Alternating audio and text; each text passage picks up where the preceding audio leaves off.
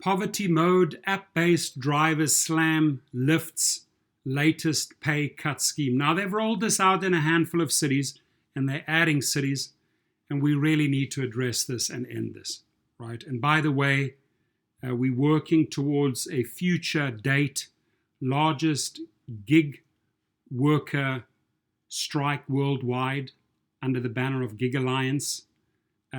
Those announcements will be made in the near future, right? We will voice our opposition to these type of shenanigans. The digital economy today is part of the problem and not the solution, argues one labor advocate. It's not too late to change that. And I agree. It is never too late for change. It all depends on you whether you want to change that. Now, labor advocates on Monday pointed to Lyft's latest driver pay reduction scheme as proof that the Biden administration needs to focus on more effectively regulating the so-called gig economy.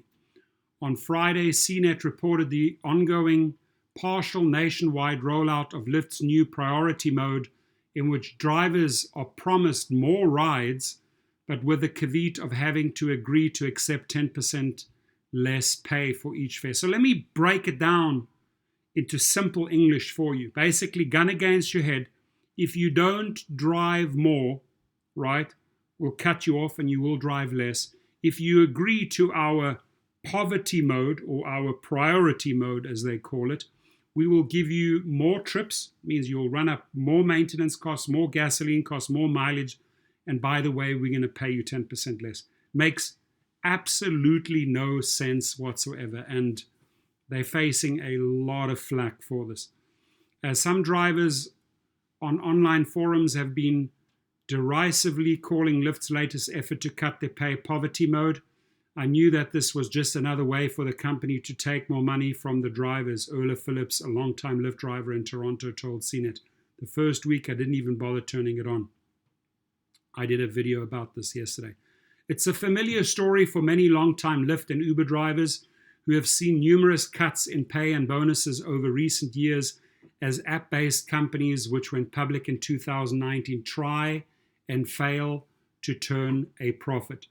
In the mid-2010s, app-based drivers could easily earn $20 or more, I call them the good old times, an hour. In many metropolitan areas, both Lyft and Uber offered weekly bonuses, which could be as high as $500 for completing over 150 rides, with some conditions including peak hour and weekend rides.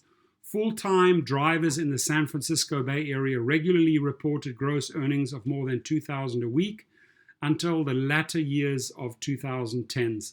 The new driver and referral bonuses added thousands of dollars to many drivers' earnings. Some drivers in more lucrative markets reported earning over $100,000 annually before expenses.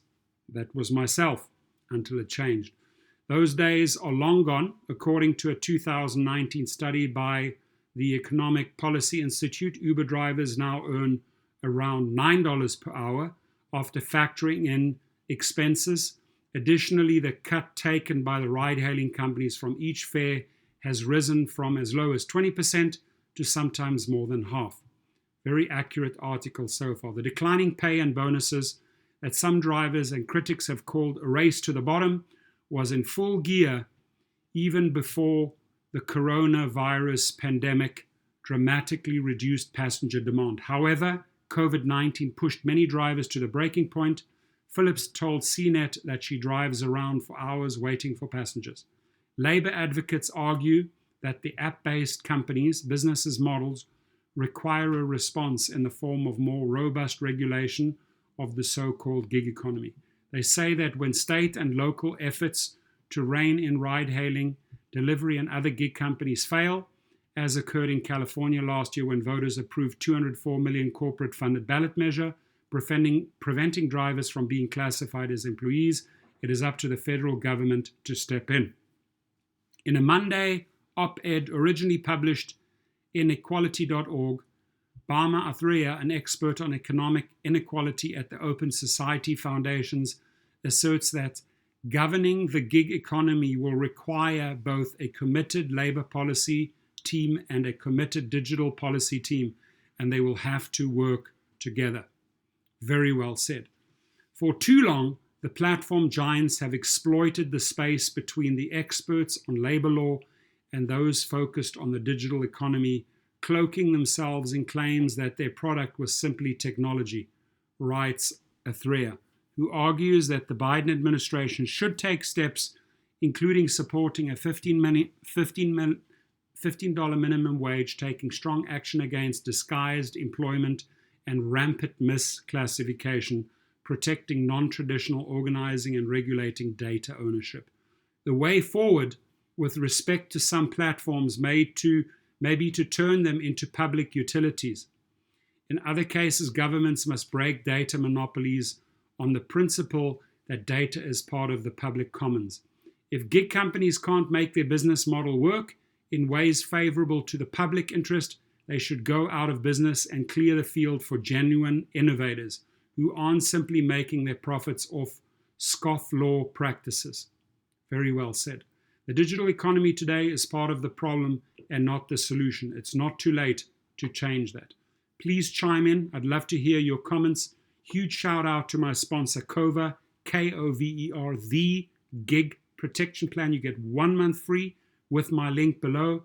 The packages start at $7 a month, 24/7 health service, automatic mileage tracking, paid time off, all the benefits and perks you need in one membership. Now, the one thing that I like most about this gig package is the legal protection. And they have a legal partner called LegalRideshare in Chicago.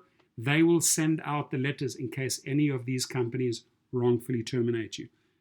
Thank you. Stay safe out there. Wear your masks. Disinfect your cars. Gig workers worldwide, we have the largest online strike coming. Please stay tuned, subscribe, like, and leave your comments on this video. Have an amazing day.